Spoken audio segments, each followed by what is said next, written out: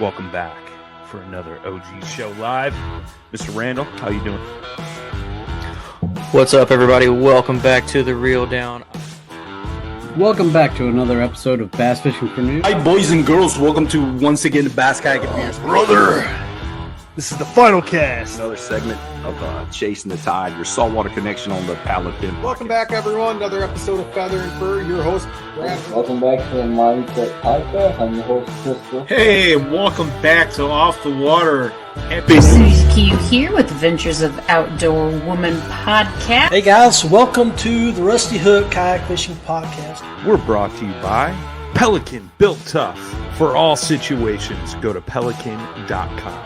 Eastport Marina on the beautiful shores of Dale Hollow Lake. For all your lodging, kayaking, go to eastport.info. Yak Gadget for all your fine kayak fishing accessory needs. Go to yakgadget.com. Hello, everyone out there. This is Matt and Brad coming at you with another episode of the final cast on the Paddle and Fin Network. Brad, Yes. How are you doing today? Doing good. Best episode on Paddle and Fin. All day long. I'm putting the hammer down, so if you guys listening, we're the best. Suck it. I'm just joking. I'm not. Suck it. That's awesome. Oh, but Brad, how you doing, man? I'm doing good. How are you doing? I'm doing great, dude. The Browns won last night in a spectacular fashion. So, Dude, that like, was I'm happy. awesome. I text you, man. I text you. I was like, dude, 25-6. The Browns won this. It's And over. what did I say? What did I say, though? They said it. You said it's not over, and they could still make a comeback. I said that'd be a colossal meltdown if that happens. I said, shut up, don't jinx it.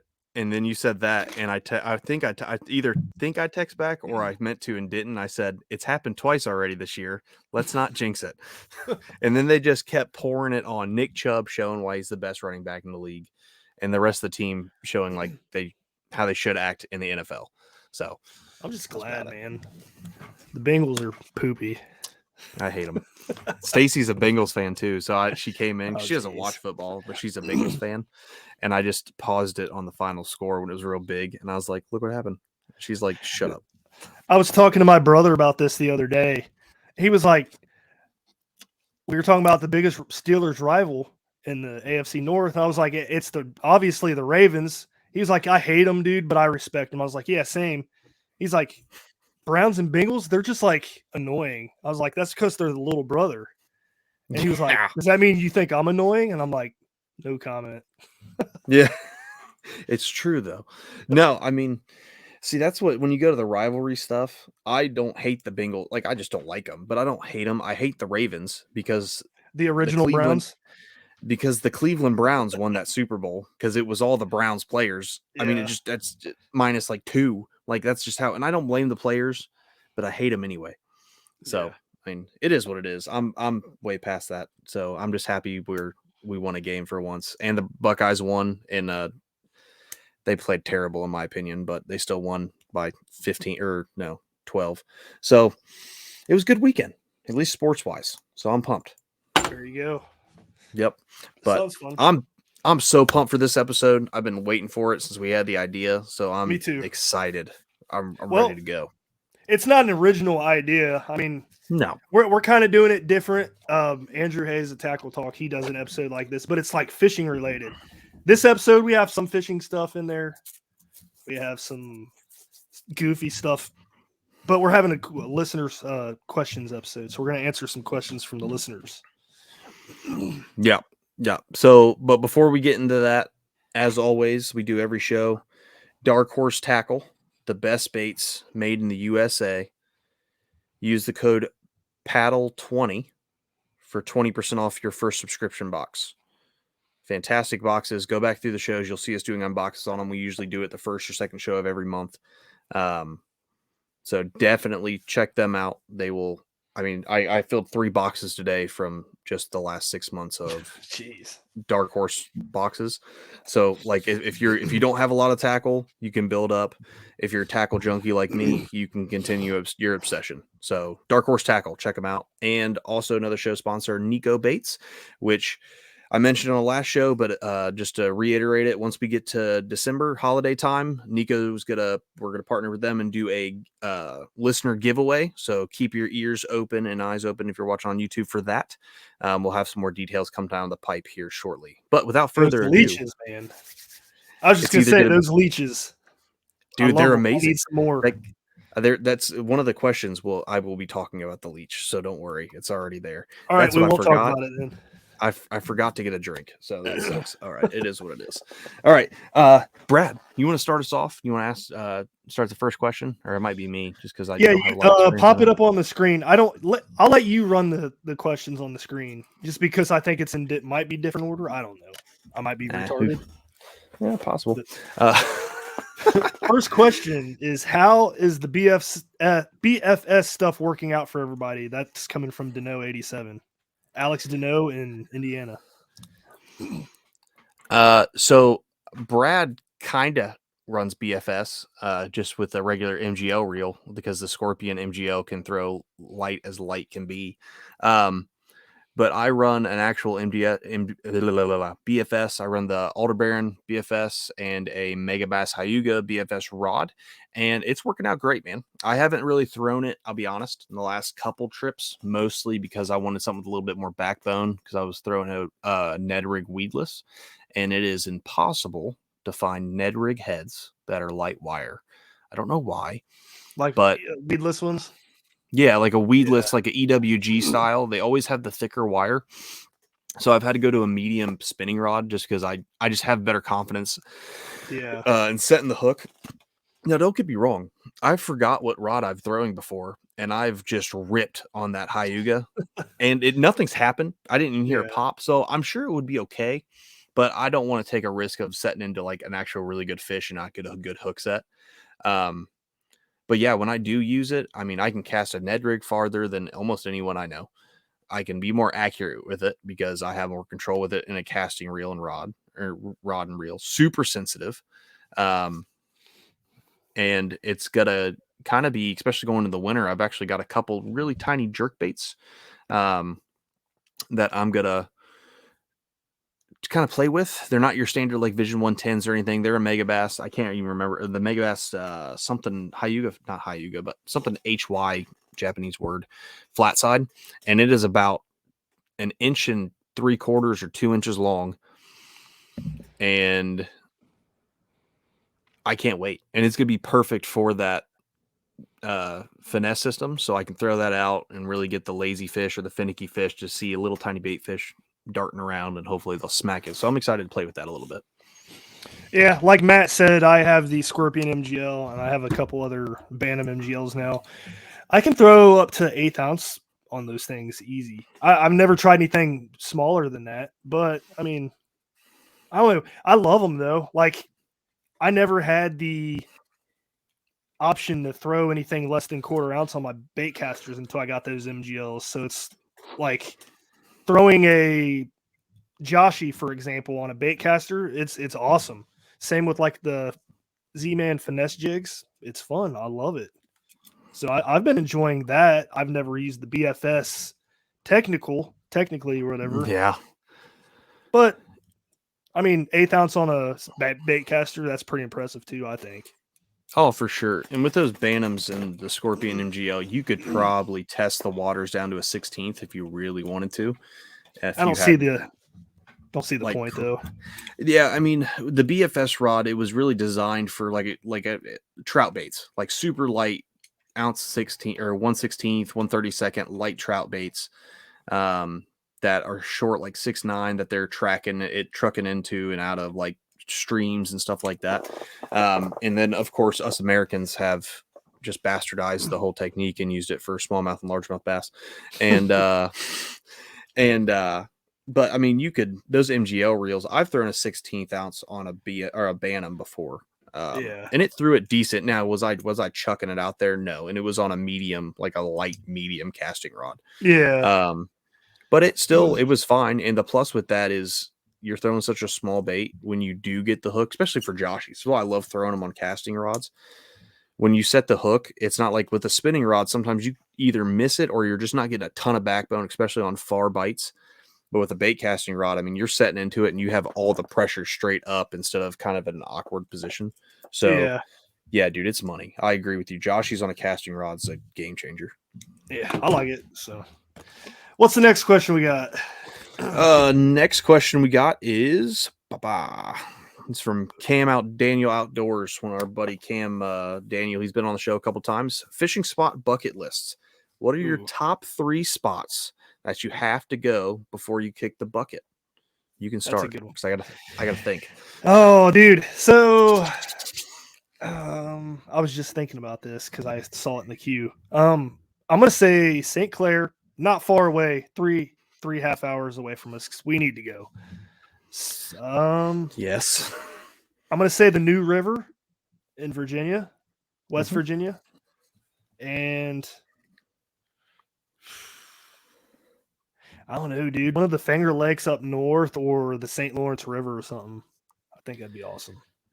Yeah, that would be sick. So mine are the Susquehanna River all day long. I want to go. Oh, really dude, bad. I should have added that.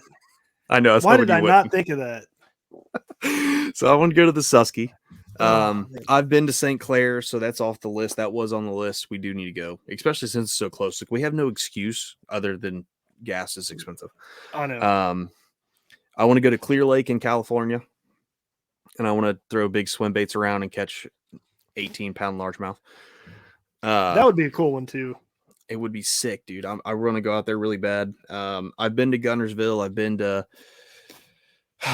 been to Kentucky Lake, Dale Hollow. I do a lot of places. But I really like the number one. If I could fish, like you could fish your regular spots and go this one destination. I want to go to Lake Biwa in Japan. Oh yeah, I've heard of it. Yeah, Lake Biwa is where the technical official world record largemouth came out of. I personally think there's a little asterisk next to that because the dude caught one out in Cali and they said they foul hooked it, but I don't think he did, but whatever. Yeah.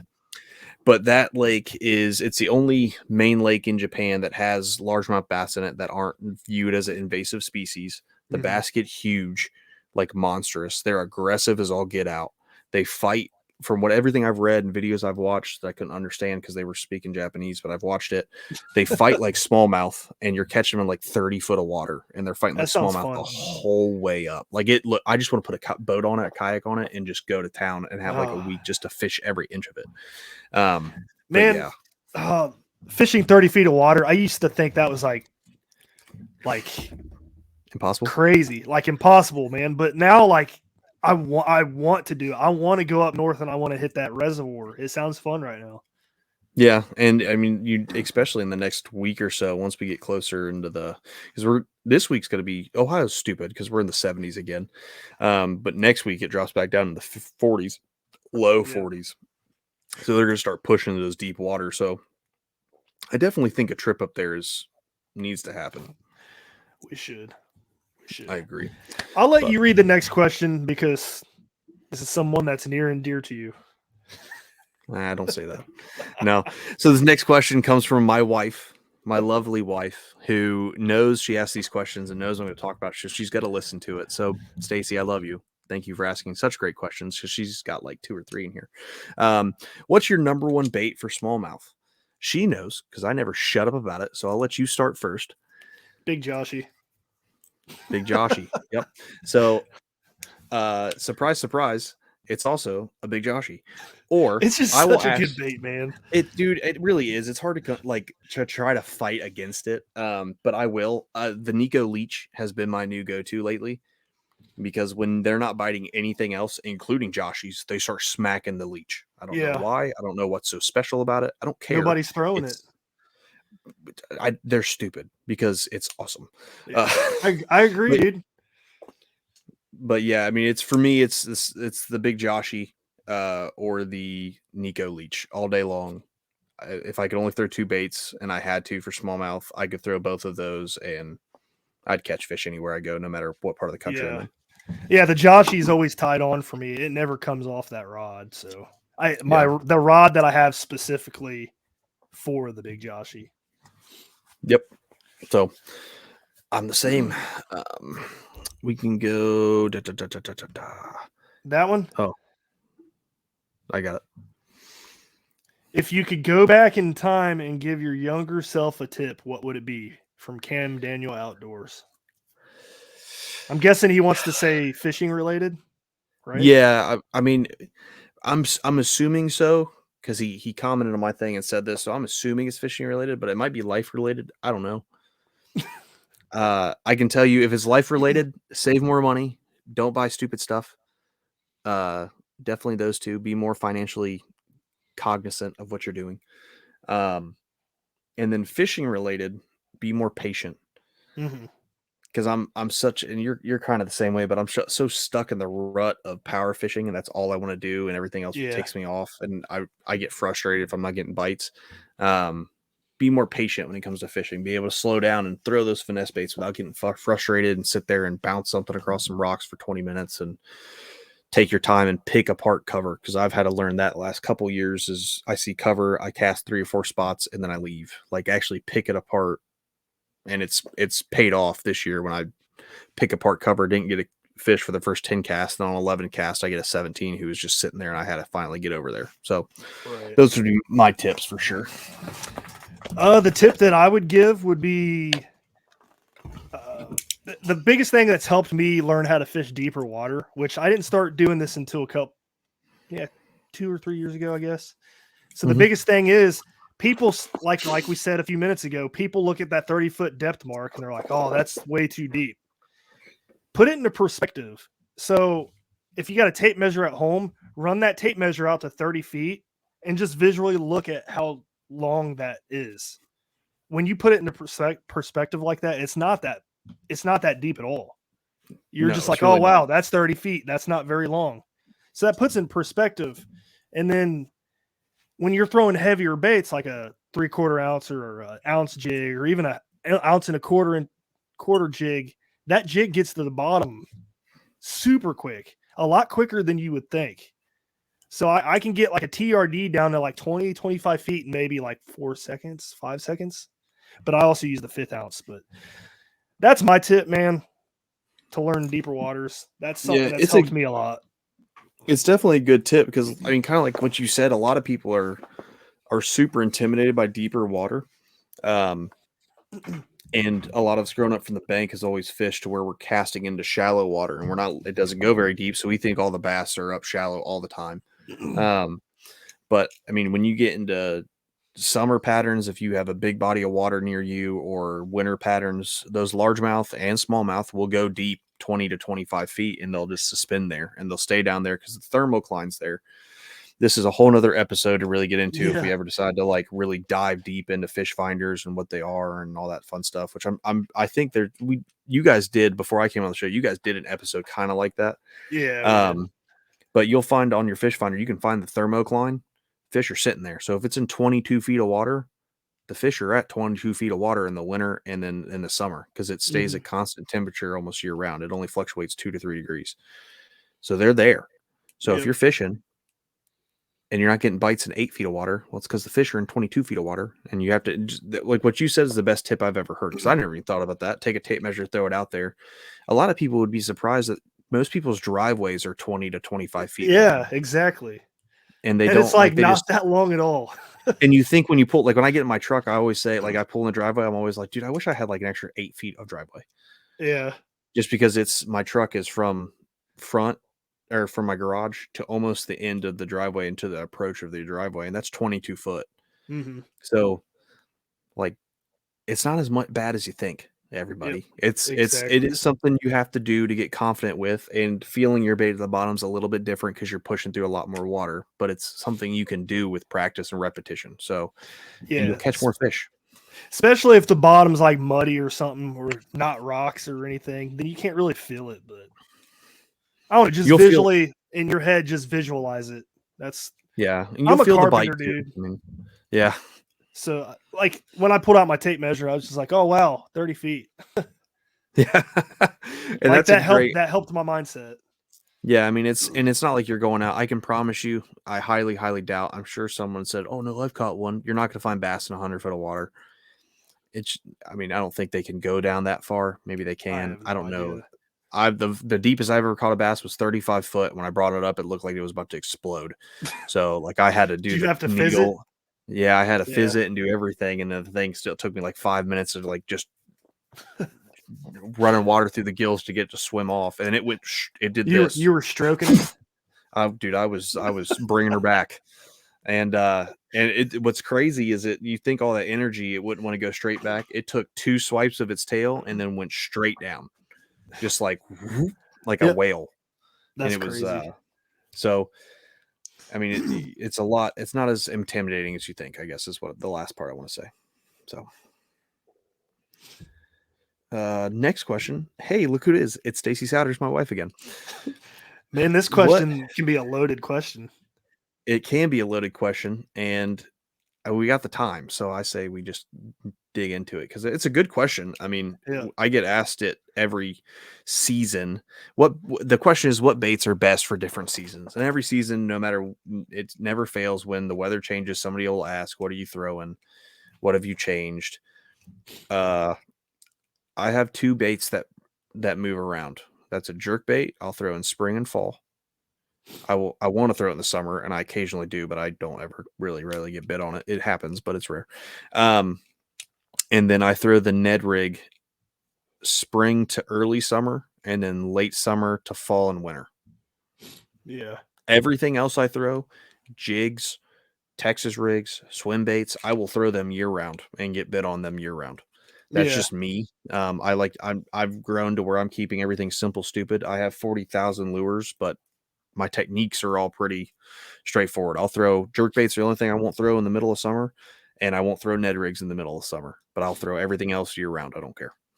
Yeah. So I was going to just like hit 2 from each season, I guess, starting with winter. I mean, I always obviously I have the Ned rig tied on in the winter and a jerk bait. And then the spring, I'll still have the Ned rig on, especially pre-spawn. But then I'll move more towards the big Joshy. And I don't really throw topwater much until it gets summertime. But I know people that's caught them. And I'm sure it'll work. But I don't know, big Joshy. Big Joshy goes through through the fall, honestly. Yeah, I guess, I mean, you're not wrong. I won't really throw the big Joshy in the winter too much. I did last year and I got like 2 fish off of it. But it was like 2 fish to 2,000 casts, so it wasn't like my bite ratio was stupid low. Yeah. And topwater, I mean, I'll throw it year round. I guess I tend to throw it a lot more in summer and fall. Yep. Yeah, I mean, so I don't throw topwater at all in the winter. I've never caught a fish on it in the fall. Down south I have, but it's different. But I've never caught a fish up here in the fall on topwater, and I've caught maybe 8 fish on topwater in the spring.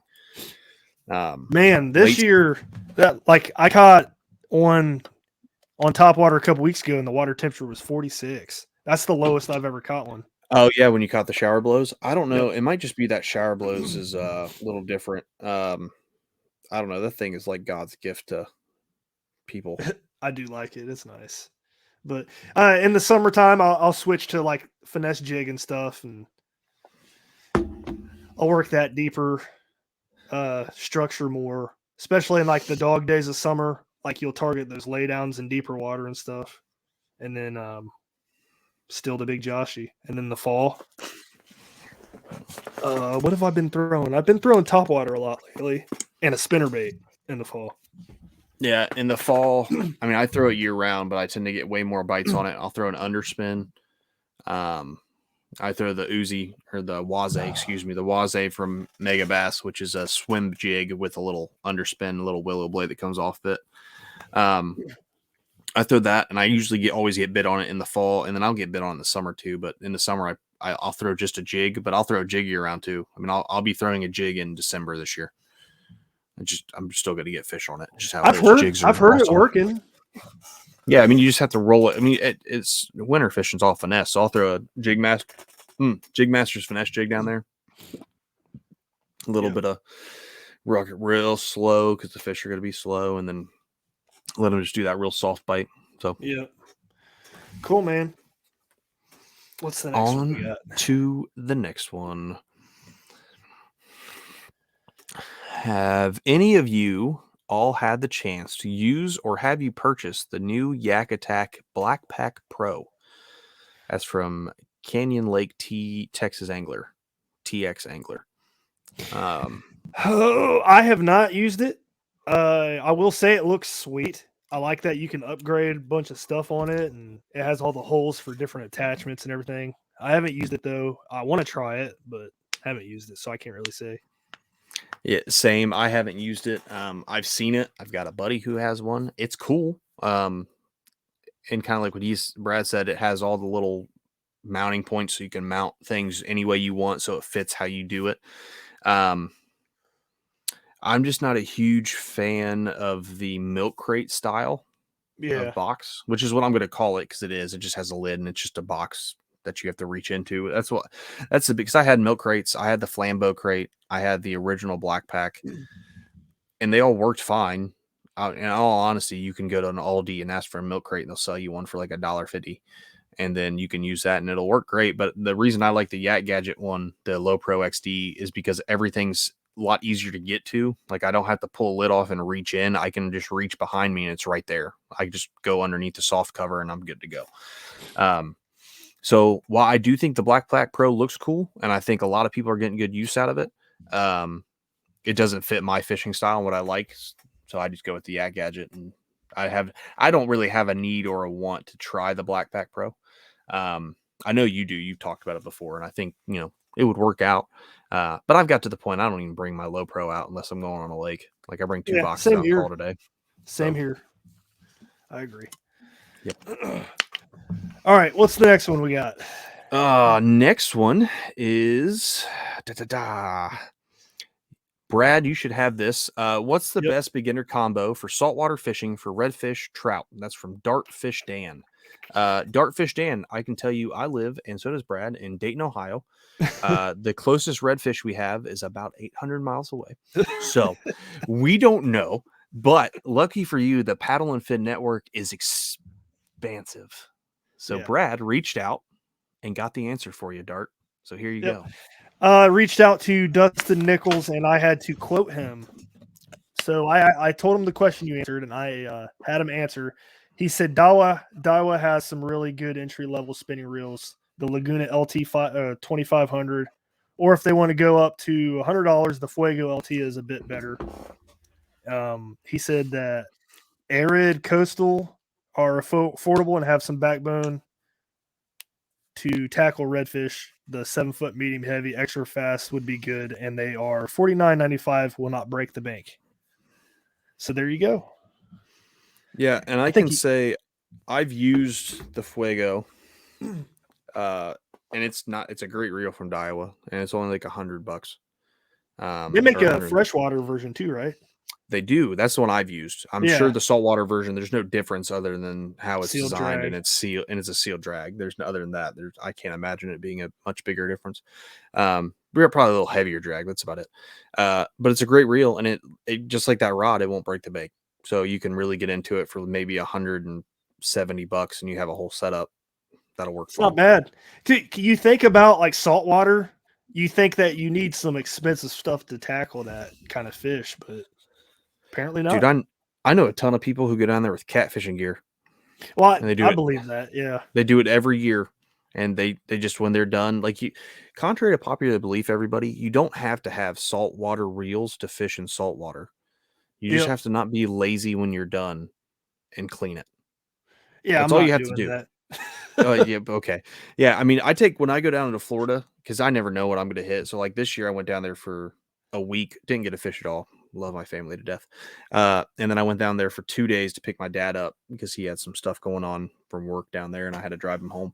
And I fished fresh both times, but I've gone down there before and fished salt, and I'll bring my Metanium with me. And technically, Shimano says it's saltwater proof. I don't believe them. They're lying because it's not. So when I get done, I'll fish all day. I'll catch some little sea trout right off the shore and get yelled at by some old people walking the bank. and then or the beach. It's the beach there, not the bank. And then I'll go home and I'll take my reel apart and I'll just run water right through it from a hose and just run fresh water through it and then dry it all off and re-oil it and it's fine and re-grease it. There And you it's go. great. I've never had an issue. Like it's been sitting here and it's still fine and it's awesome. So you don't need super expensive stuff. And if you got bass stuff, I can tell you, if you get anything big, your drag is not enough.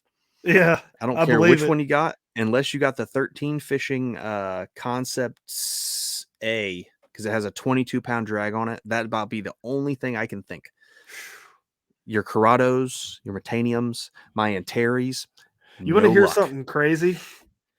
So I don't know. This was probably like 8 years ago.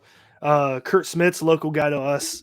He was on the news for catching a blue catfish on the Ohio River in the middle of winter using 8-pound mono.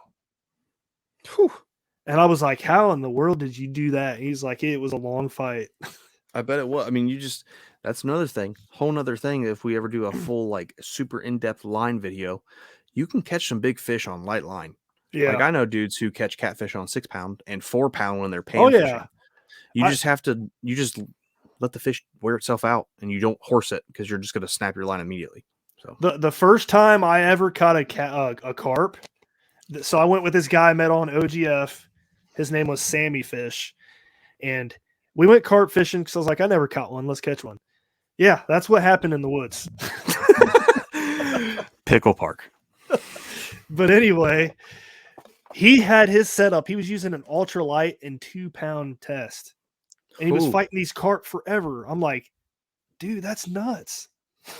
He's like, dude, I love it. It's fun. I'm like, that's crazy, man. Yeah, I mean, it's you can do a lot with some light line, but all right. Next. So Dart, hopefully that answered your question. If it didn't, or if you have more questions, reach out to me or Brad and we'll hook you up with Dustin or somebody else that we know that does some red and sea trout fishing and then get you all hooked up. Next.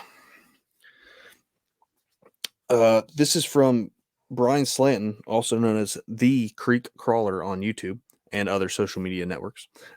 You have one rod and one lure to chase smallmouth in summer. What is it and why? We already went over it.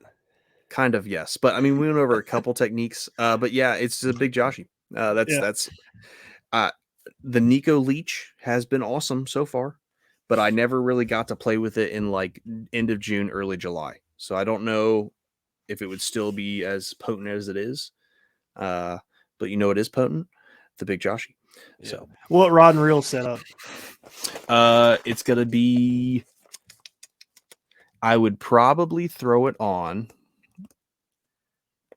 a Metanium DC because I can throw I can throw really light stuff and really heavy stuff, and I would probably put it, this will probably be surprising to you, but it's a reaction bait. So I would probably put it on, well, it probably won't be surprising to you, the Douglas X Matrix 715F. So I get a little bit, it's a medium rod, fast action. I get a little bit longer rod so I can put it out a little bit farther for the lighter stuff, but it loads up really well. I thought a 5 was a medium heavy. 715 is a medium. Huh.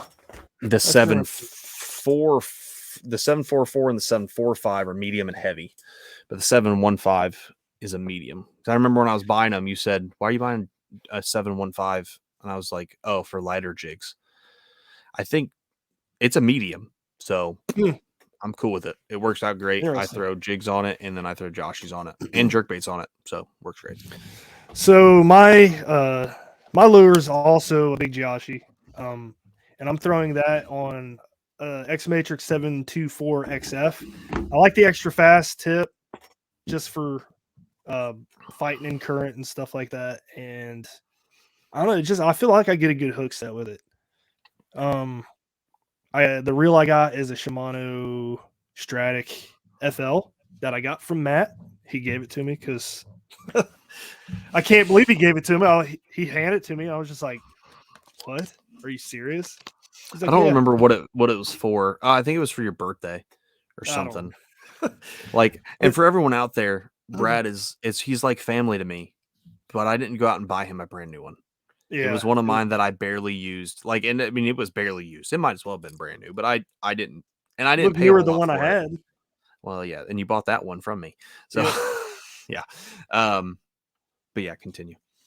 But yeah, Shimano Stratic FL, and what was I going to say? I was going to say something else.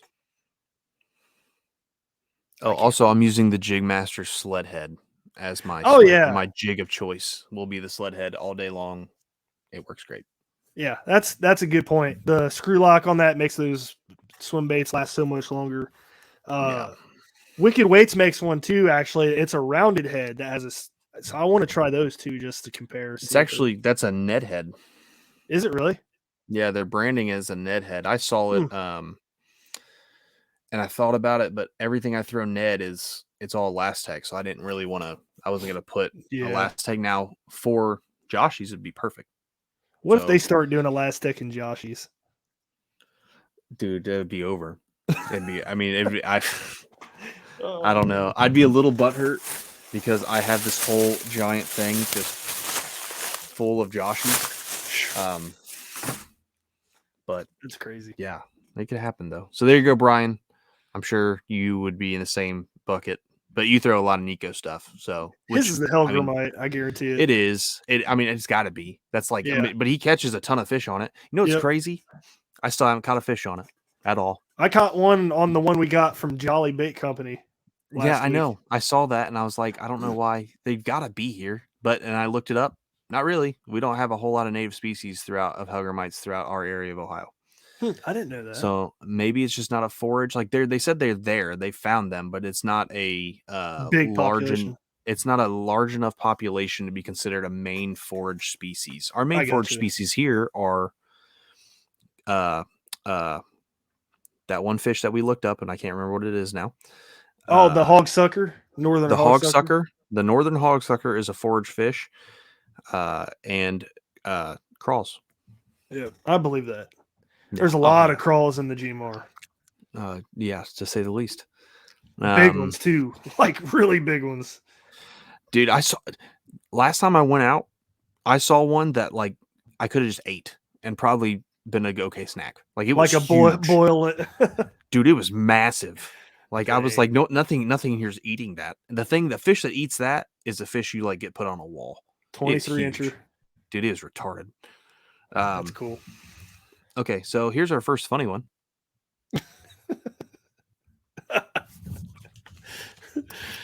Oh, why does Matt spit the Mountain Dew back into the bottle after he's done drinking it? That's from Chris Yauk. All right, Mr. Yauk. So I don't spit the Mountain Dew back in. I respect Mountain Dew too much to not enjoy it. But see, I have this great thing called a tobacco addiction. So for everyone, I'm sure you can hear it when I'm talking. Justin told me that when we were on the river. He's like, I can hear every time Matt spits in the bottle, it goes click, and then he goes. Yeah. So for all the people listening, I chew tobacco. I have one in, I don't know, 20 right now. 1 out. Yeah, I've got one in right now. Darker. I can tell you, I've been doing it so long. I've made a pocket in the back of my cheek where I can throw it back there, and you can't tell I have it. I have one like this in all day during work when I'm talking to people all the time, and I just gut it if I have to, and no one knows. Fun fact: I had one in during Justin's wedding. Did you really? Had no idea. That's no hilarious. idea. But yeah, I mean, I really want to quit Black Buffalo. I know you're not going to hear this because why would you? But if you do, get with me and send me some tobacco-free stuff because I want to quit. I've tried a couple times. I get about 3.5 days, and either my wife makes me go get a can because I get so irritable, or I go get a can so I don't commit like mass murder. So I've tried. Crazy, I've kind of given up on it. I just whatever. It is what it is. Yeah. Who cares?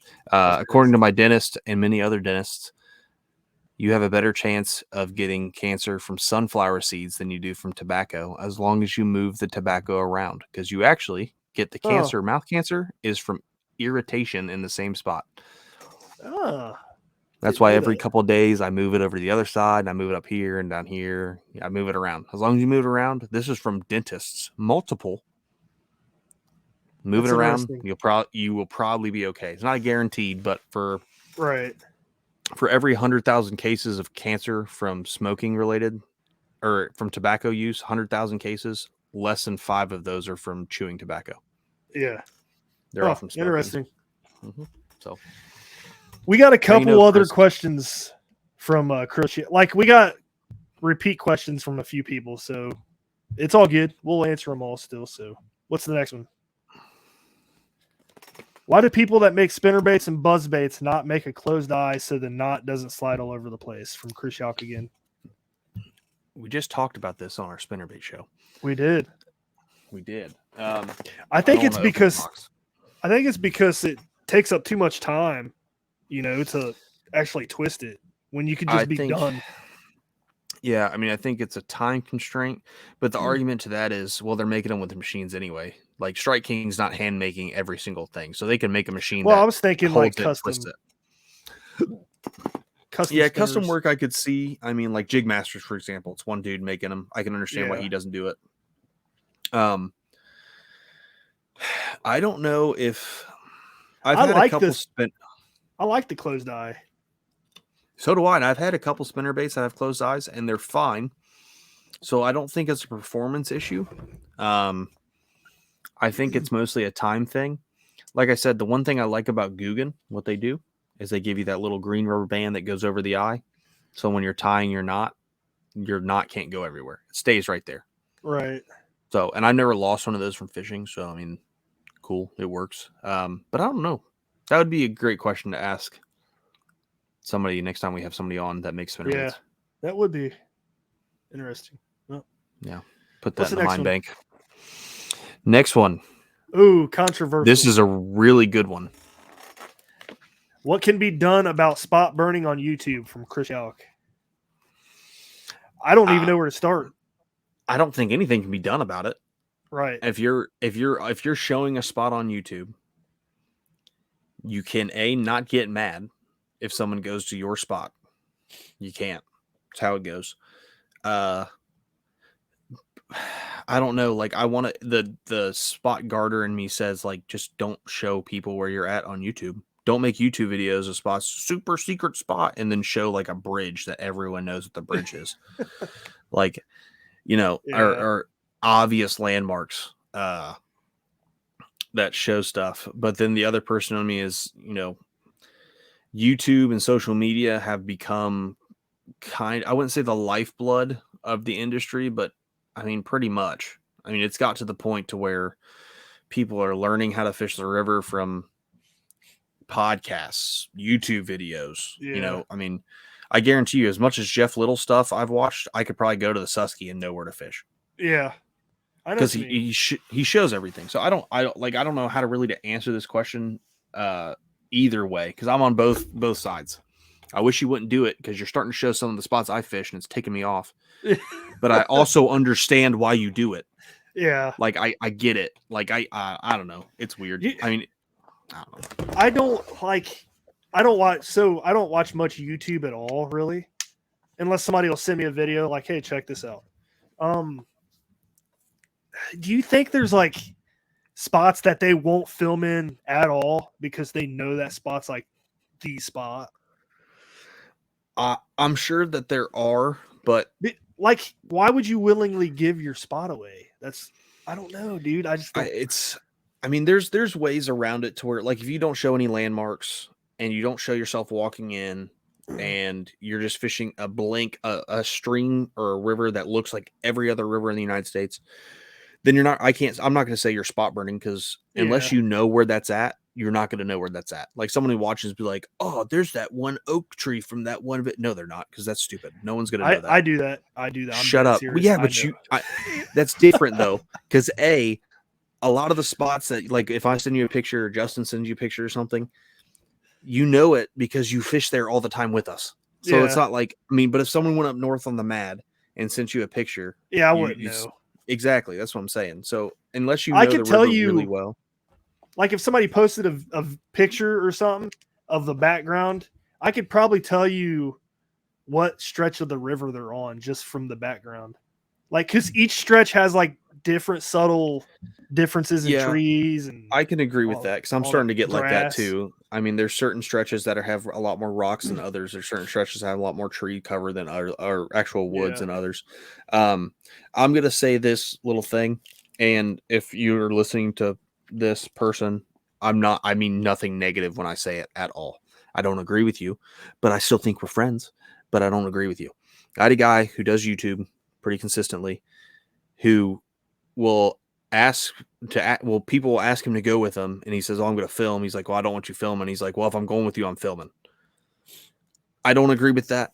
You got invited to a spot. You don't get to film it and show everyone else their spot because it's not your spot. He's willing to show you because, like, for me and Brad, if I know a spot, I'll tell Brad. If Brad knows spots, he'll tell me. We don't tell a whole lot of other people though. Me, you, and Justin. That's about it. That's the inner circle, and then we will sprinkle some knowledge on a couple people who come with us occasionally. But even then, we're very vague about some of the stuff we say. And it's not necessarily that I'm like spot guarding, but I just don't want to go out there one day and see 77 people on Pelican kayaks.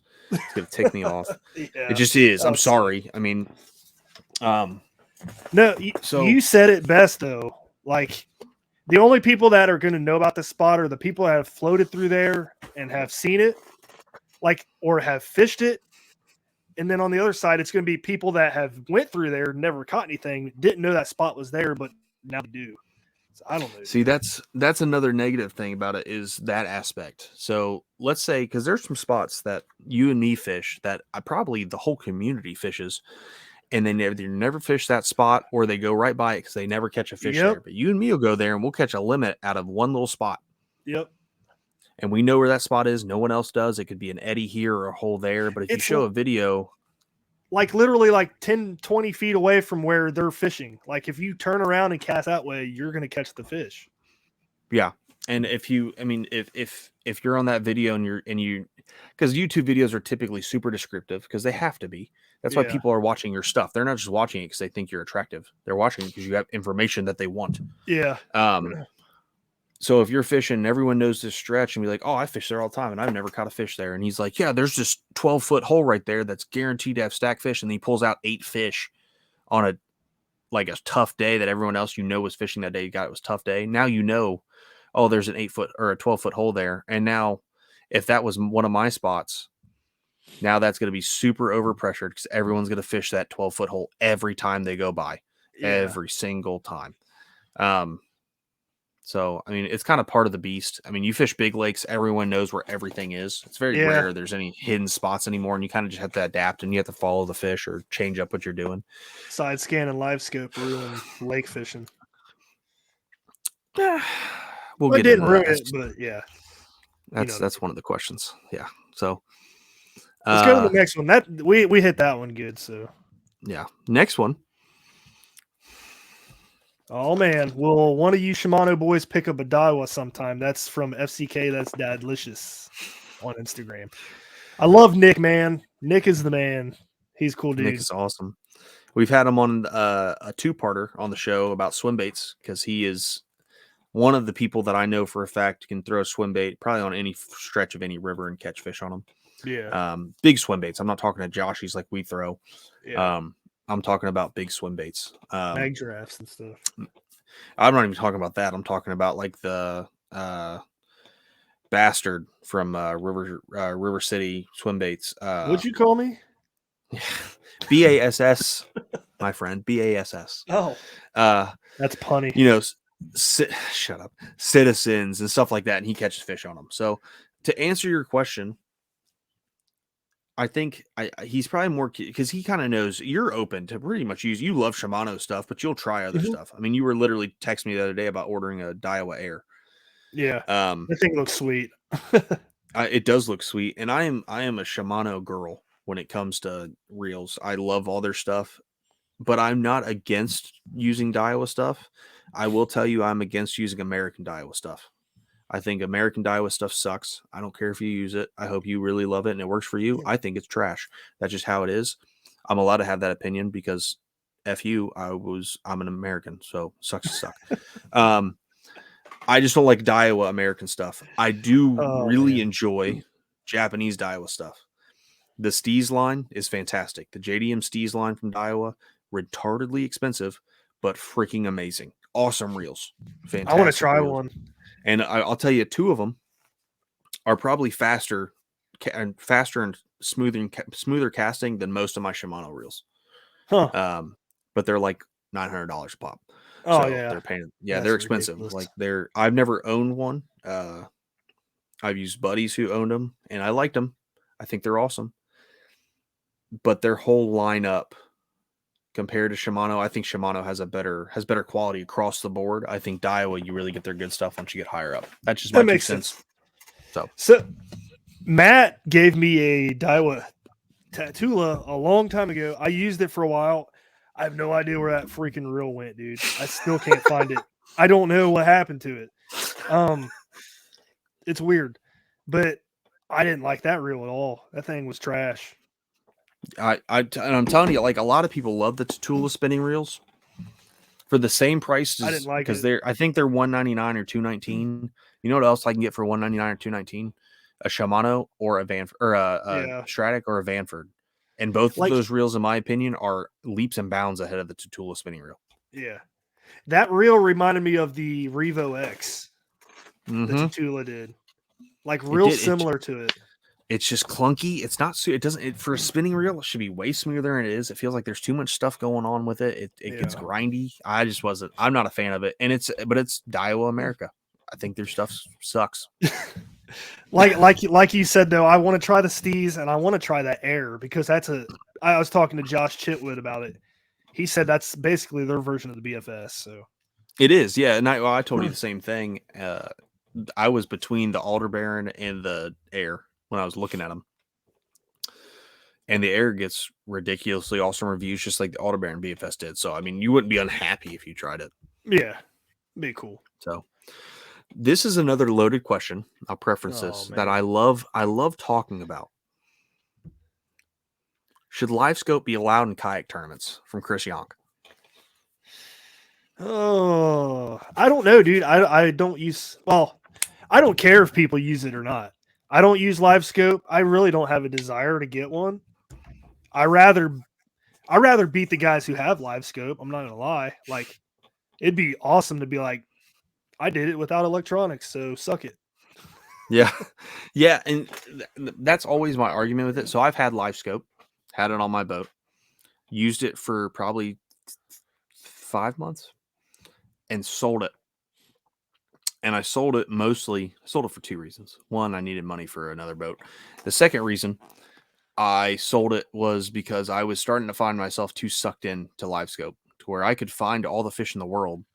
But if those fish weren't biting, I would sit and make that fish either bite or swim away. And I'd be on a fish for 20 minutes. Yeah, it'd drive me nuts. I just got sucked into it. Now I'm looking to get it again because I feel like this time I know what's happening. I can use it a little differently. Mostly I was thinking about, because I'm just like you, I'm diving back into tournaments again next year. So I was going to use it for pre-fishing to find the fish, and then tournament day, have it on the boat, but not have it turned on until I feel like I need it. But do I think it should be allowed in tournaments? Of course I do. Yeah, I do too. It's how it goes. We're moving on in technology. Because if you said, well, you shouldn't be allowed to have live scope, then you shouldn't be allowed to have electronics, period. Yeah. It's either all or none. It's no, it's not going to, like, it'll help you find the fish. It's not going to help you catch them. You still got to know what to throw, how to work that bait. Drew Gregory said it best on the last show he did with Jimmy when he was talking about the Pickwick stuff. Everyone has different skill sets. Okay. He's won most of his tournaments on the Bassmaster and the Hobie this year in creek arms. He hasn't fished Main Lake, but the tournaments that he didn't win, the winner came from Main Lake. Everyone has different skills. They all had electronics. He doesn't use electronics. Yeah. At all. And he beat him. So saying that, live scope shouldn't be allowed because they have an unfair advantage, I don't believe that's the case. I just think you need to find the fish better. I think that's an excuse. I agree. I'm just going to say it's and it'll go with the same. Let's see. Can I put 2 up at a time? No, I can't, but it goes with this one too. This is also from Chris Yonk. And I don't think he's like on the side of shouldn't be allowed to have it. I don't know, but I don't think he is. I think he's just asking these questions because they're good questions. But same thing, are motors ruining kayak fishing tournaments? I don't think so. I really don't. I don't think so, but like local tournaments, especially in Ohio, man, our lakes are small anyway. Like most of these local guys, they can't afford these motors and stuff. You know what I mean? So I don't know. I'm back and forth on it. I've used the motor on the lakes. I don't know. Yeah, I mean, but if that same concept and thought process, like these guys can't afford it. Okay, if you can't use motors, you shouldn't be allowed to use live scope because I can't afford live scope without having to save up for it and not getting stuff. I can't afford. I can't just go out and buy live scope. Yeah. You know what I mean? I So think motors are more useful than live scope, though, in my opinion. Yeah, I can agree because it can get you to spots a little bit better. But I also think it's a good thing for the tournament community because you can have tournaments on larger lakes because people have motors or pedal drives. That's the but thing, you can, though. Like lakes in Ohio, they're not big at all. okay, so let's say there's a tournament on Caesars Creek. Do you want to paddle Callan that? Lake. I know we don't do Caesar Creek tournaments. Cincinnati's doing one. They changed it. Oh, that's stupid. Oh, that They moves changed my it to whole point. Acton Lake. But Acton's not huge, but it's also not small. Would you rather It's paddle tiny, that all dude. day? Would you paddle that all day? Yeah, I've done it plenty of times. Would you get to, let's say you have a spot on the other side of the lake, would you be able to get there, fish your other spots, and then get back to the ramp before it lines out? Oh yeah, Comfortably. Not well, like, my shoulders would be hurting, but oh yeah, like so do you that think lake's smaller. It's probably as big as Kaiser, maybe a little bit smaller. yeah, It's I about the same suppose. size. I tell you what, man, this is how I look at it. On a lake like Kaiser, if everyone's paddling, no pedals, because everyone can't afford pedal drives either. So we'll just get to where let's just do the roundabout boat. Everybody has a crescent shoalie because they paddle great. Everyone has crescent shoalies. There's going to be guys who can't paddle like you can all the way across the other side of the lake and maintain spot and paddle back into the wind and all that fun stuff. So they're going to fish at Kaiser. They're going to fish the dam. That's what they're going to fish, that area right in there. Mm-hmm. Well, if there's 40 people in that tournament, 9 times out of 10, 30 of those people all have that same mindset. So you're going to have 30 boats all right here. And then there's going to be your 10 Ironmans who are over here fishing all the other stuff and then getting back. Yeah. With motors, out of those 30 people, if 20 people can afford a motor, now there's only 10 anglers right here. And then they're spread out throughout the whole lake. Whether it's big or small, people are spread out. There's still going to be some people on top of each other because it's a small lake, but you can spread people out easier and people are more willing to go after fish out of their comfort zone maybe to get to spots. I don't think it's ruining fishing tournaments at all. Because you could, if you don't want a motor, go to the Hobie. Go fish Hobies. You can't have a motor in a Hobie. Yeah, I was just comparing it to local. I don't know.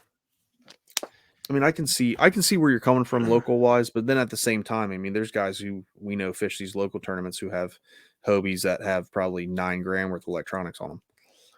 So, yeah, I mean, it's just how it is. And there'd be situations like if there's a tournament and you're fishing the GMR, you're not using a motor 9 times out of 10 anyway. I mean, you might. Yeah, it'd be a Torpedo. I probably wouldn't unless I was by myself. Yeah, that'd be about the only reason you would. But okay, we've hit that. We could probably go another hour on just that 2 things if we really wanted to. How widespread do you think cheating is in the kayak tourneys, Chris Yalk? I don't think it's as widespread as everyone thinks it is, especially with all the controversy going on right now. I think everyone thinks everyone's cheating all the time. Yeah, I don't think that's the case. Everyone pretty much requires now. If we were still using hog troughs, yeah, people are cheating. Just how it is. You could cut a hog trough and all day long. Bend them. You can bend them, make them longer. Like you could do a bunch of stuff. But with everything going to catch boards and stuff like that, I guess fish baskets, that's a thing. People are basking fish from pre-fishing and going to pick them up. That's definitely, I can see that happening. I give people the benefit of the doubt with stuff like that, though. Like, I don't think people are doing that. I'm the same way. I don't think people are doing that mostly because it would be kind of common, or it would be kind of noticeable by now. Like if someone was doing that, if they did it for one tournament and they got away with it, they do it every tournament, and you'd see the same person winning every single tournament. Just how it is. I do think in your smaller local tournaments, I do think there's cheating involved. And when I say cheating involved, is I personally believe that, and this is all over the country because I had a buddy who lives out in Colorado. They have like a little bass trail that in kayaks that they have like 12 members, and they fish, all 12 of them fish the same thing every year. So it's like the same people who usually win. But they found last year there was a guy, they have a new tournament director this year because the guy who did run it was giving spots away to one of his buddies. So during the kayak tournament, he would text his buddy GPS locations of where one guy's catching a limit of fish, and they're all within this one area. And he would text it to him, and then he would go over there and start catching fish too. I think that when he told me that, it kind of put a little light in my head. I think that probably happens more often than anything else. Yeah, I think I can see that. Tournament directors being friends with people who are in it. And I'm not saying everyone does this. I'm not even saying I think anyone around here does this. I'm just saying I think that happens probably more often than fish baskets or, people trying to fudge the boards now. I think I can see that happening. Tournament directors giving information to certain anglers that are in the tournament. Yeah, and I know there was one recently within the last 2 years got caught with Buckeye. He cheated doing something. He might have cut the fish's tail or something to make it look longer. I can't remember, but they busted him and he got into trouble. Cutting the fish's tail. They pretty much like got rid of any, I don't know what I'm trying to say, like any way of doing that. You know what I mean? Any easy way to cheat. Like you can't have your fish over that part, or you can't have your hand over that part of the fish anymore. So they're slowly but surely making rules to help the sport, I think. Yeah, no, I agree. Next one. Well, this is a fun one. Do you think Tom Brady thinks he should have stayed retired, Chris Yock? Yes, I do. I think he's having a rough time in life right now. Oh man, I was gonna say so. I don't think so. Like I know he's going through a rough time right now, but in my opinion, I think what he's going through now has been going on before he retired. He retired, went home, and was like, I don't want to deal with these problems anymore. I'm going to go back to play football. You know what I mean? I for some reason, that's how I think it all went down. Yeah, from what I've heard, when he came out of retirement, that's what I guess broke the camel's back, because he was supposed to retire to spend time with the family, and he didn't. I don't know. Maybe it's the misogynist in me, but if I was making millions upon millions of dollars every year, and Stacy was upset that I wasn't home when I'm home with her like 6 months a year, and then for 4 months I just don't see her on Sundays all day, or maybe Saturday and Sundays, I'd be a little butthurt. I'm probably in Team Brady right now. And it's the first time I've ever said that in my whole life, because I hate the dude from college all the way through the NFL. Man. But he's a great quarterback, though, man. He's the best of all time. Yeah, easy. He's easily the best of all time, and I still hate him. He's still putting up numbers that are like he's like top 5 in passing yards this year. Yeah, and he's like 46 years old. It's That's ridiculous, man. Crazy. Yeah, he's a cyborg. But yeah, Chris, that's what I think. Yep. Rods for kayaks. Do we think differently about action versus power when we fish from a kayak? Tennessee Kayak on Instagram. Interesting question. Was this the guy we met at that Taco Bell? I don't know. I don't think so. I think Tennessee Kayak, I think this is the, I don't know, tournament director or something from down there. Oh, okay. I don't know. Yeah. I'm not sure. Yeah. I don't know, man. I've never really thought about it. I don't. I mean, I throw the same rods I would throw if I was on a bass boat in my boat. My kayak. I do too. I will say though, like switching over to extra fast, like I said earlier, I don't know if that helps in a kayak or not. I'm not going to say one way or the other, but it seems like I don't lose as many fish with the extra fast, like finesse baits, I should say. Yeah, I mean it's possible because you're getting to that fish a little bit quicker. I think you could say the same thing in a boat, though. To be honest, if you're throwing finesse boats from a boat, maybe that's a tough question, man. I've never really thought about it. And neither have I. If I use a 7.3 casting rod for Texas rigs in a boat, I'm using the same rod in the kayak. Just how it goes. There's a couple companies that make kayak rods, specific rods, like Mojo or St. Croix makes some Mojo yak rods. I've used them. I don't like them. The butts are too short. See, I like the short butts for certain techniques, like if I'm using a spook or shower blows or jerk bait or something like that. I still don't. I'd rather have just a regular size rear end on the rod. And I don't know. It's more natural for me. It's probably because I fished from boats for so long before coming to kayaks. Natural rear end. That's weird. This got weird. That's weird. Next question. Yep. What's your favorite? Fun. Yeah, what's your favorite animal to come across when you're fishing? Fish don't count. Cam Steele. Oh man! Shout out to Cam, Faith and Fishing podcast. For sure, great. Loved being on there, big boy. I was a big fan of it. I don't know. I tell you one of the coolest experiences, and it's not when I got chased by a gator. That sucked. I'd never say that's cool ever in my life. The last time I was on a certain stretch of the river, starts with a G. I was fishing some fallen stuff. I pulled 2 little smallmouth on. I was having a rough day. I caught a stupid carp on a jerk bait, and it actually ate it, and it got one whole treble in its little sucker mouth. Or it was a hog sucker. It wasn't a carp.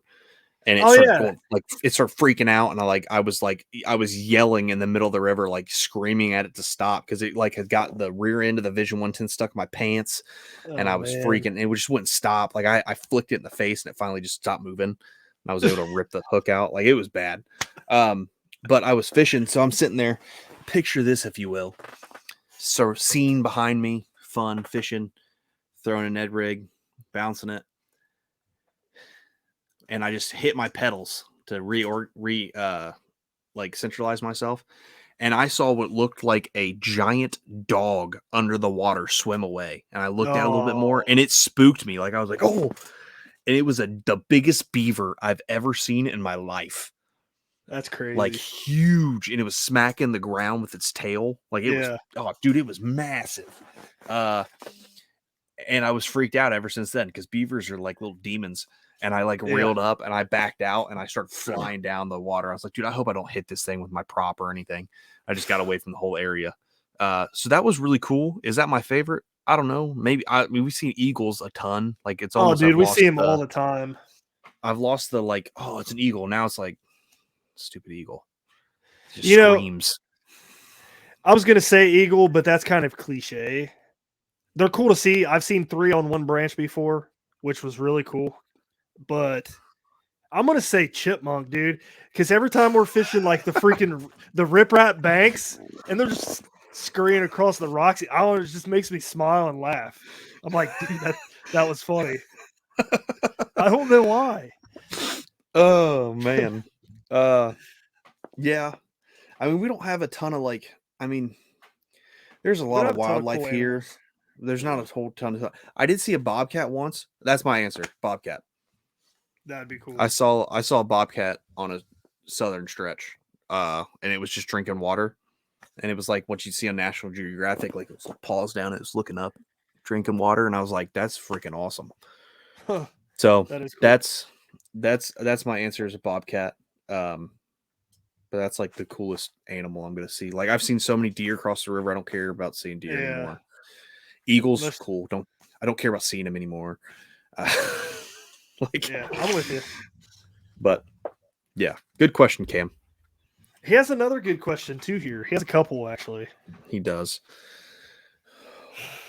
What guest has surprised you the most by their charisma, knowledge, or something else? Cam Steele. I should have thought about this before we started because this put me on the spot a little bit. When you put this in the notes, I said to myself, I got to think about that, and I forgot. So now I got to think. I mean, we've done so many shows, man. It's just And you've done way more than even I have. I've only done probably 30 in the last year. I got to go with Glenn Young from Z-Man. That guy, he cracks me up every time, and like it's effortless. I don't even have to talk in the episode. Yeah, that was a really good episode because I didn't feel because I hadn't been with the show for very. Oh no, I had. Yeah, I had. This was after ICAST when he came back on. Yeah, I've got an answer for you. Old Hans from Bonafide. Oh, that was a good one too. Yeah, Dude, that show. he did surprise me. The charisma, knowledge, and the something else is this dude 3D printed pieces of the new RVR from Bonafide that's coming out in January.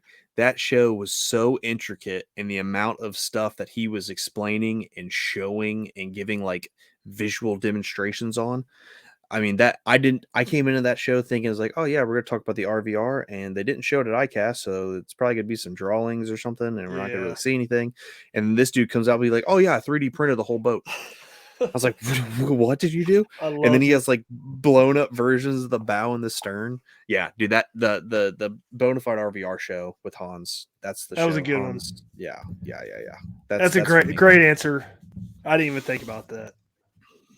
I love that show. I still people watch that show all the time. Another one from Mr. Steele. When paddling, how do you finesse fish and current? I'm guessing in current. In current, yeah. Yeah. And how do you stay in one place long enough to let the bait do its thing? This is a great question. It is. So I talked to some. You're good. Go. I have a lot of people asking me this because a lot of people that don't fish rivers, they always ask this question. I'm like, it's really not as hard as you think. Our river, the current in our river is not that fast anyway. Like, if there's no wind pushing you downstream, you're going maybe half a mile an hour. So that gives you enough time to let your bait float down to the bottom. Excuse me, and to work it back to you and stuff like that. So it's not an issue. But if you're in quicker water, I will anchor down. There's also that rule where, let's say you're in 4 feet of water. They want you to let out 3 times the amount of line. So 4 times 3 is 12. Let out 12 feet of line. You won't go anywhere. So if I'm fishing faster water, that's how I do it. Yeah. So I don't anchor out at all. It depends. If I'm in, you got pedals. I've got pedals. So for me, as long as my drive can stay in, I can fish any current as fast as it can be, as long as my little legs can keep up. I can fish it. If the current gets too low, I will do one of two things. If I really want to finesse bait something and I'm like, there's an eddy off the side of current, I'll either get right out of the current on the edge of the eddy and fish that all the way back, or I'll find a low spot in that current and try to like wedge my boat up into it. Yeah. And fish it to where I'm standing. Now, the bad thing with that, don't do that because that's stupid. Because you're going to wedge yourself into a spot and the current's going to push you over and then you're going to die. So, like, don't be dumb. But that's what I do. I've never claimed to be smart, so I can do whatever I want. So, I mean, that's how I do it. I don't like having an anchor on the boat. I don't either. Reasons. It's a pain in the butt, dude. It's a pain in the butt. Like, I've had anchors get stuck, which is sketchier than all get out. Like that, I was more afraid of that than like wedging myself on a rock. You got to be smart about it if you anchor in a river. Yep. I've had anchors get stuck. I've had line get tangled around other stuff. And it's an extra piece of something I don't want to worry about. Now, like a power pole, I'm about power poles. I'm probably going to get a power pole like before January. We'll probably have. I'll be interested to see what it's like for you. I don't know how. Like, I know we're so rocky. That's the only thing that's keeping me from getting one, because I don't know how well it'll anchor me in the river with it just being rocks. Like, is it going to wedge itself into rocks and then I'm not going to move? Or is it just going to keep tanking off rocks forever and then it's not going to matter anyway? And then I spent $600 for no reason. So, I don't know. Good question to ask somebody who has one. I will say, though, before we go off this question, if there's spots that I want to hit in riffles or something like that and it's wadeable, I'll get out, I'll tie the kayak to my waist, and I'll pull it behind me and wade that whole pitch from different angles. Yep, done that before, too. With the shoalie, it's even easier, though, because you got that cam strap in the front. Yeah, it's nice. This is from our best friend, Jimmy the Dickhole. Why do you suck at fishing? I don't know, Jimmy. Why do you suck at fishing? Jimmy Skinner. Do you want to play the big fish game this year so far? Huh? Because you'll lose. Jimmy, I can't catch a 20-inch smallmouth in Alabama for nothing. I give him. It's all right, Jimmy. I've only caught 3 or 4 this year. Only. Yeah, I still haven't caught one, Jimmy, but I've caught a bunch of 19s, so I'll take it. I think I've caught 6 19s so far this year. Oh, it's so frustrating. I'm annoyed. Like I'm catching 19s. I'm like, this is stupid. You got years of it still. Trust me. I know. Unless you get lucky, like eventually, and you're just like me. Like last year, I finally caught one. I was like, after 8 years, man, jeez.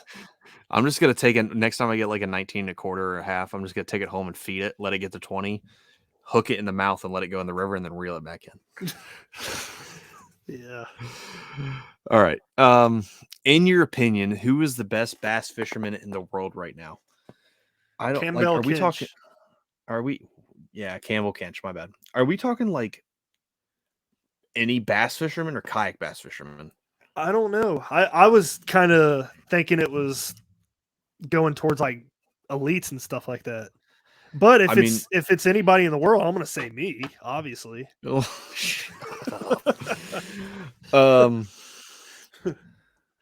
I don't even know. I'm just going to say Jacob Wheeler.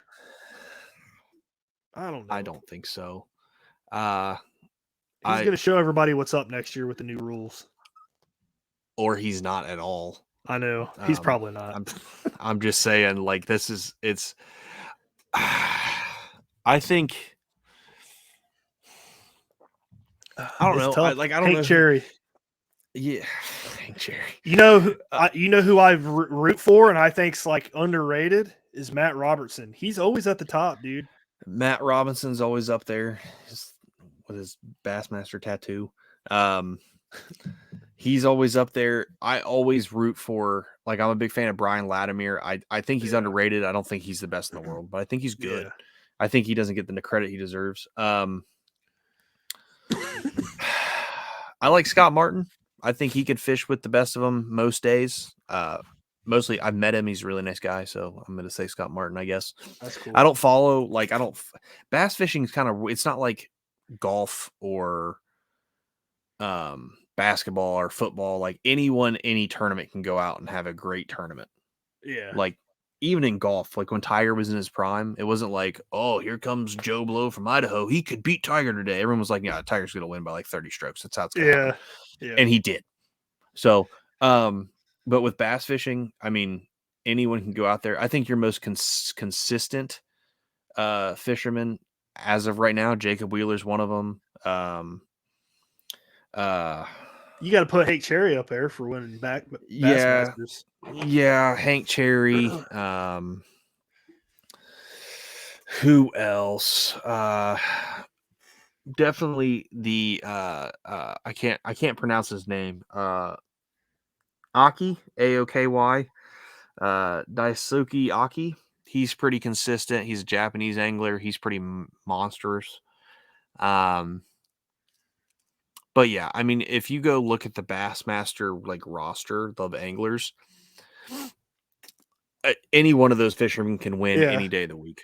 That's just how it is. I don't think you can really say this is the best fisherman of the year, or you can say this is the best fisherman of the year. I don't think you can say he's the best bass fisherman. Period. Yeah, period. Because I mean, he can go out there and Jacob Wheeler can go out and have a bad day, and Seth Finder could just come up and be like, yeah, dude, I caught 40 pounds of fish today. Yeah. Suck it.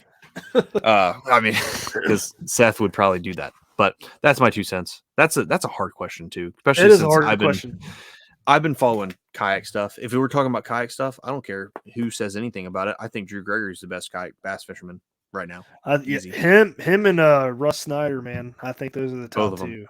Those two. And Siddiqui. All day. Yeah, he's good too.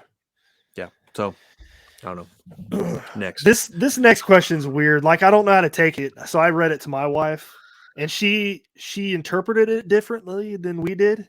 So I don't know how to take it. Yeah. This says, have you ever felt like you were good at fishing or so good at fishing that people get jealous when you catch a fish, and even worse, your fish pictures like a religion. I do. Comes from Honors Angler. She interpreted that he was jealous of my fish pictures, but I'm like, no, he posted it on Paddle and Fin's Instagram, so I'm taking it as, I don't know, is he a big ego type of guy? Maybe. I mean, it's a I weird don't know. question, So, dude. I don't know what to say to this. If I'm basing it just off the question, I'm gonna say, yeah, you have a big ego. You catch a lot of fish, but at the same time, how I usually say, if people consistently catch giant fish, if you look at their pictures, they're consistently catching them out of like ponds. Because ponds are where the big ones are. If you want to break a PB, go to a pond. Yeah. I promise you'll do it, because there's like 12 fish in there and 4,000 bluegill, and those 12 fish are all 6 pounds. Like it's just how it is. Like, you'll catch big fish. I know a guy who fishes exclusive private ponds out of a quarry by my house, and he thinks he's the best fisherman ever. But I had a kid who I literally got into fishing, had been fishing for a week, went in there and caught 4 5-pound fish in 2 days. No one fishes it. They're not pressured. And he was throwing a bubble gum Senko. Like, no one's fishing it. They're not pressured. They're going to eat everything. I do think I will pull something out of this question that he probably didn't mean us to, but I think it's a good talking point. I think there are people out there who you can go fish with them and they never act like it. But I think there are people out there who get upset and butthurt when you catch fish and they don't. Or if you catch fish, they catch fish, but your fish are better. They dwell on that. Like, I don't know. It's like, I'll never be as good as him because of the fish he catches. And it's kind of like a negative thing. I've known people who are like that, that'll go out. Like, when I was down south in the Marine Corps, I'd take guys with me and I would catch 3-pound largemouth or 4-pound, and they catch dinks. And they'd be like, man, stupid. You always catch bigger fish than me. I was like, I don't know, dude. We're throwing the same thing. I just luck out. Yeah. Like, I don't know what to tell you. It is what it is. But yeah, that's a weird question. Well, it's different for us because it seems like me, you, and Justin, we all take turns. Like, somebody will get hot. Like, Justin was hot all year, but like, like summertime, I sucked this summertime. Yeah, like I was surprised. I was really surprised. And then here's Justin, he's catching one every trip. And then here's Matt, he's catching one every trip. And I'm like, oh my gosh, dude, I cannot catch a fish. What's going on? Well, I'll preference that. None of us skunked in the summer. Yeah. When Brad says I can't catch a fish, me and Justin were catching like 16, 17s, 18s, and 19s. And Brad was catching, I mean, he caught more fish than us all day long, but he was catching like 15, 12, 10, 12s, and 13-inch fish. And we were catching 13s, 14s, 15s, and then a 19 or something. But then we get into the fall. There's that day we went out and caught like 100 fish between us. I caught like 30 fish, and my biggest was like 16 and a half or 17. And Brad caught an 18, a 19, I think a 17, and then a bunch of dinks. The fall, man. The fall is my favorite time. Yeah, and I haven't got a chance to get out a whole lot. Well, I went out for largemouth and I got some big girls last week. But yeah, this question, kind of weird. I appreciate it anyway, but I don't understand it. So, speaking of Justin from J Marsh Fishing, what is your all-time 4 from him? Yeah, the rest of them are from him. Everything else is from Justin. So we're rounding out the show with our other co-host, bromance member, Justin Marshall. What is your all-time least favorite fishing product? Calco's donkey leash. Don't buy one. They are absolute trash. I tell you, dude, I wrenched that freaking thing down on a freaking largemouth once. It was at the Paddle and Fin tournament when they came to Cowan Lake. I dropped it in the water, was getting my board ready and stuff. The thing head shook and it came apart. I would have won the tournament if it wasn't for that. So those things are trash, and I don't even care. I threw it away after that too. I bet you did. Oh man. So I'll two-part it. Lately, this is my least favorite fishing product, the Berkeley Gilly. It's trash. I hate it. I regret buying so many packs of them before I tried them. But you just couldn't get them anywhere. But of all time, I don't know, probably Banjo Minnow. The Banjo Minnow catches fish, man. Let's be honest. Mighty Bite, the light up lure. I've never used it, so I can't say it sucks. Like I'm trying to think of things there hasn't been a whole lot of products I've bought and been like, man, this just sucks. Yeah. Least favorite. I don't know, to be honest with you. Like, there hasn't been a whole lot of stuff that I've got that I can remember getting that I'm like, man, this. I can tell you one thing: the Lose Speed Stick rods. That will always. I haven't had one of those in 6 years, and I will tell you to the day I die, that is the worst rod in any Lose I've ever used. Their rods, reels aren't terrible. Rods, I've broken every single rod that I bought from Lose, whether it was a Lose Pro, like the white Pro TI rod or whatever, the white one. I broke like 4 of those, and they're like, "Oh, we're gonna upgrade you to the Speed Stick." It was like a $230 rod. Guess what I did the second trip I was out? I snapped it right in half on a hook set. Those rods are trash, and I'll never use Lose rods ever again. Jeez. Just how it is. Sorry, Somebody listening right now is punching air. I don't care. Bite me. I hate Lose rods, and I hate Abu Garcia reels. I've got a Revo Rocket that I'm putting on Instagram in a couple days. If you want to buy it, hit me up. You pay shipping, it's all yours, and I'm going to sell it to you to a great price. There you go. Yep. Next question. Hey, it's Justin Marshall again. What is one product you're looking forward to using and reviewing in 2023? I already know mine, so you can answer. You can go, dude. I don't know. Oh, cool. The Bonafide RVR. Makes I'm sense. getting a Bonafide RVR because it's going to be a riverboat from Bonafide, and I really like the P127, but I'm going to take the RVR out because it's going to be a lot lighter and a lot easier to move. I'm not going to have to trailer it. I can just throw it in the truck bed and do trips. You're so used to pedals that you're gonna hate paddling, dude. Oh, dude, I'm not gonna paddle. I'm putting a Torpedo on it. Oh, there you go. That'd be sweet. Yeah. There's gonna be a Torpedo or a Newport. No, Newport, because I have a 24-volt battery sitting here. You gave me an idea because I'm supposed to be getting a P127, so I guess I'm looking forward to that for 2023. I've never used one yet. And you'll get the new one because they did a refresh on it. So, ooh, didn't know that.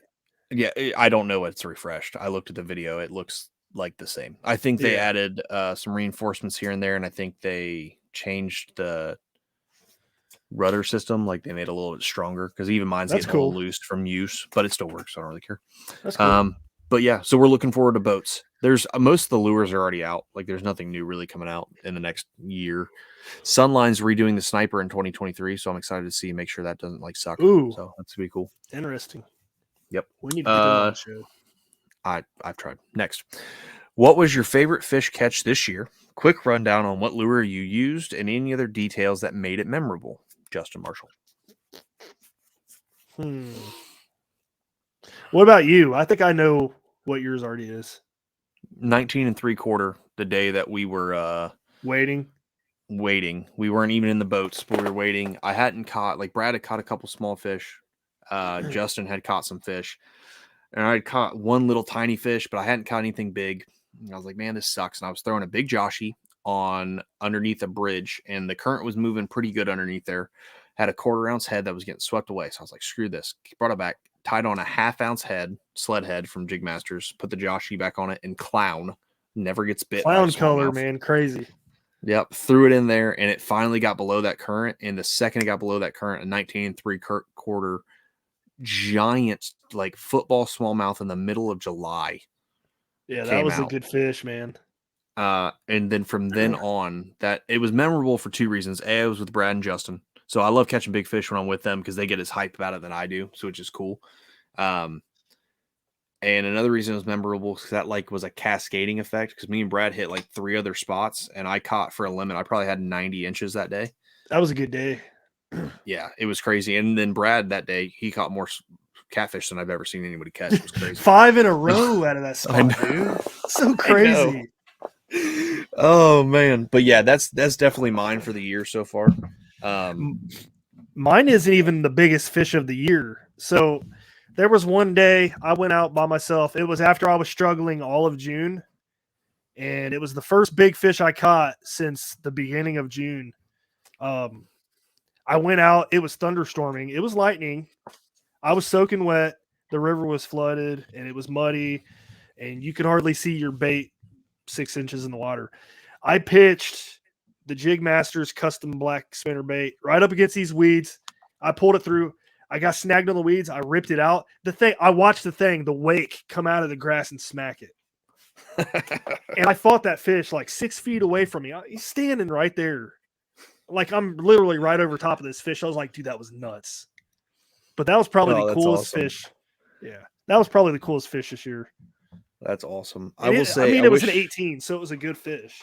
Oh yeah, it's a really good fish. I mean, that's a great fish. I will say, I wish it said what was your favorite fish memory, because I was lucky enough to get my wife out on the boat on a kayak, and she caught a fish Ohio crappie, and it's the first fish she's caught in like 11 years. And that's on my Instagram. Go back and look. Its crappie is like 14 or 15, 14 and a half, 3/4 inch long, like just massive crappie. Yeah. So that was really cool. So yeah. Good question. Next one. Justin Marshall Fishing. What lure will you learn to throw better in 2023? I was actually talking about this the other day. I'm gonna throw drop shots. Yeah, I need to get better with those too. I know somebody has thrown them in the river too, but the bait that I want to get better with that kicked my ass this year was the fluke. Man, it kicked my ass. Like I fished with my buddy Will. You were the fluke master 2 years ago, or not this year, but last year. Yeah, You were a little bit bit all over. A little bit. I didn't get real consistent with them, but I caught some good fish on it. But I fished with Will, man. He wore the fish out on the fluke. I could not buy a bite. Like this year was just bad for me. I talked to a couple other guys. They're like, "Oh, clearwater technique. Throw white. That's it." So I want to build on that next year. I want to get better with it. Yeah, that's something I could definitely look at doing too. The bad thing with flukes, man, I don't know. If they're biting a fluke, they'll probably bite a Joshy. Yeah, I can see that. So, yeah, I don't know. Is there any change or addition that local kayak fishing trails could do to reignite your love for kayak tournament fishing? Justin Marshall. That's a good question too. I don't think there's anything they could do. Like our local trails do a good job. So they do. Like I will say, like the thing I don't like, especially about Cincinnati, which is like that's not in their control. They fish in Ohio, Kentucky, and Indiana. That gets expensive, man. Like you have to buy the fishing license and you got to travel. Some of these lakes are like 2-3 hours away. I'm just like, I can't do it, man. Yeah, I can agree with that. But I mean, I guess we have the Buckeye for like all local stuff. But even that's not really local because that's up toward Columbus and everything. So that's an hour to 2 hours away for everything they're doing. And they do stuff up at Lake Erie too. Yep. But at least they're in the state. You know what I mean? Yeah, like true. The fishing license, man, that's expensive. Like Kentucky non-resident for 3 days is like $50 or something weird. I don't remember. 22 or 23 for 3 days. Still, it's because that's what I paid at Dale Hollow. Because I got the Kentucky one because the Tennessee was more expensive than Kentucky one. I do wish there's no change or addition that local kayak fishing trails could do that are around right now. I wish there was a Dayton trail like that would fish the GMR, the Little Miami, the Mad in certain sections, Cowan, CJ, Caesars. Like I wish those and it was just Dayton, like just this area. I wouldn't be interested in Little Miami or Mad River. I don't know, dude. I've caught some good largemouth out of Little Miami, and they fought like smallmouth, so that was pretty cool. I mean, I liked it. And there's certain stretches, like the place I took you to and you've been to before sucks. I mean, there's too many people. But there's stretches of Little Miami, like up toward like Yellow Springs and stuff, that it's not bad. Yeah. But I wish there was like a local thing to where I'm not driving an hour one way or another. Because part of these kayak like trails that make them cool is you can go hang out with people. Like after, like they'll have Cincinnati does a Cincinnati kayak trail like cookout. But dude, I don't want to drive an hour and 20 minutes to go to a cookout. Yeah. Like I do, but it's not feasible. Like this year I couldn't, like I wanted to go and people were asking me to go. And I was like, yeah, man, I'm going to go. And then it came up and I was at half a tank of gas already. And I was like, dude, I don't want to waste another quarter tank of gas going down there and back. Yeah. Like, I don't know. I don't know. I'm with you. Yeah. I'm the same way, man. I don't I'm kind of poor. I mean, you're not, but I understand. Next, this is geared toward moi. Now that you've lost a few things on the river, including a catchboard, correction, 2 catchboards, tell us about what you're currently using for a leash in your kayak, and are there any recommendations on specific leashes? Currently, I've finally learned my lesson, and everything on my boat is leashed down some way or some form, and they're all using Rogue leashes. The Rogue Cobra Latch kayak catchboard leash That is thing's amazing. sweet. Yeah. It's freaking awesome. So it's a regular leash, and then it's got a attachment that goes on the catchboard it's like a Cobra belt buckle that you put together. So if I need to get my catchboard and it's stuck on something, I can pop the leash off and get it around and then grab the leash and bring it back through. Dude, it makes it so much better. And I dropped my board once this year already, and guess what? Didn't go anywhere. I just pulled it right back up. It was great. So nice. Rogue kayak leashes. Don't be me. Don't be dumb. Leash your stuff. Last question of the episode. Of all the fishing products you have tried in 2022, what was your favorite product and why? Again, the Justin Marshall. Brad? Matt's going to say the slobber knocker. I'm not. The thing sucked. Dude, I don't know, man. You know what? I'm going to say the MGL reels, man. Like, I know I'm late to the party. I know I'm late to the party on those, but man, they're awesome. I love those reels. Very smooth. Yeah. Believe me, as a preaching to the choir type person, because I've been here for a minute, I still love them every second I get to use them.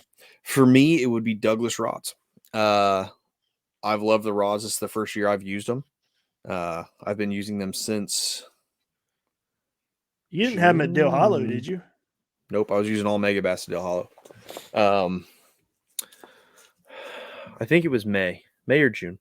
But I got on with the team after trying some Brad's rods. Actually, I got a rod, loved it, and then switched completely from Mega Bass rods and St. Croix, but mostly Mega Bass rods to Douglas solely. That's all I've used all year. I have been very fortunate. I think Brad has the worst luck ever, and he breaks all his. But I have yet to break a rod. The worst things happened to any of my rods is one of the guides bent up when it was in my rod box because I tightened it down on a guide and wasn't paying attention, and I literally just popped it down. It was fine. So those are easily the Douglas rods are the best rods I've ever used. Super sensitive, great backbone. They feel good in the hand. They're light, so you can make more casts and cast longer without getting fatigued. That's for me. Douglas rods, best rods. Dude, so I broke my medium light rod like a month and a half ago or something. Matt, you let me use his St. Croix Avid medium light. That rod sucks, man. I was so glad to get my X Matrix back. Like, here's the thing: the rod itself doesn't suck. I do not. But you've been using such a better rod. Like that's the same way. I feel the same way now when I pick up. I have 2 Mega Bass rods sitting over there that don't even have reels on them because I don't like using them anymore compared to my Douglas rods. Yeah. And those are like one's a $400 rod and one's a $250 rod, just sitting there. That's just they don't get used. Like they're just there. And then back here, none of these are Douglas rods. These are just permanent like fixtures in the podcast. There's a Legend tournament. There's a Dobbins Champion, which that's actually a really good rod. I like that rod. A Mojo Bass, Panfish rod that I actually kind of do like, but not that much. And then another Legend Elite, just sitting there. There you just go. Sitting there. Don't even use them. But the Douglas stuff, man, that's why it sucked for you. You hated that Avid. Well, you hated the Avid because you're so used to a much better product. Yeah. Yeah, it is what it is. But yeah, man, this was a fun show. Got to talk about a lot. It was, dude. Longer show. Thanks to everybody who asked questions. We're going to try to do these a little bit more often, maybe every couple months or something. Yeah, we did this one because we didn't have an idea for this week. That's not true. We're waiting on somebody. We had a show, but they can't do it this week. So we're waiting on them. Gotcha. Yeah. Yeah, that's true. I forgot about that. But that's going to be a good show too when that comes on. So I don't have anything else. Brad, you got anything? Nope, we are good. Awesome. go. Good to go. Well, guys, thanks for listening. I didn't know what Matt was going to say, so I kind of threw me off a little bit, but it's all good. Thanks for listening, guys. We'll see you guys next week. Have a good one. Peace. Thanks for tuning in to another killer episode here on Paddle and Fin. Be sure to drop a 5-star rating, a thumbs up, or smash that subscribe button on any platform you're listening in on. Be sure to check us out on Waypoint TV, waypointtv.com. Make sure you sign up for the Fantasy Kayak Fishing League at paddleandfin.com/fantasy. You can support this show through Patreon, patreon.com/paddleandfin. Don't forget to check out the website, paddleandfin.com. Catch us on YouTube. If you got a question, comment, or want to see a future guest on the show, be sure to email us at paddleandfin@gmail.com. Shout out to our show supporters, Yak Gadget. You can check out all the fine kayak accessories at yakgadget.com. Pelican Professional. For all your cases, coolers, and lighting needs, go to pelican.com. Rocktown Adventures, your Midwest premier paddle sports destination. Go to rocktownadventures.com. Eastport Marina, the beautiful destination on Dale Hollow Lake. If you're looking for lodging, kayaks, kayak accessories, or anything fishing related on the beautiful Dale Hollow Lake, go to eastport.info. And Jigmasters Jigs. When in doubt, get the jig out. Go to jigmasters.com and fill your tackle boxes today.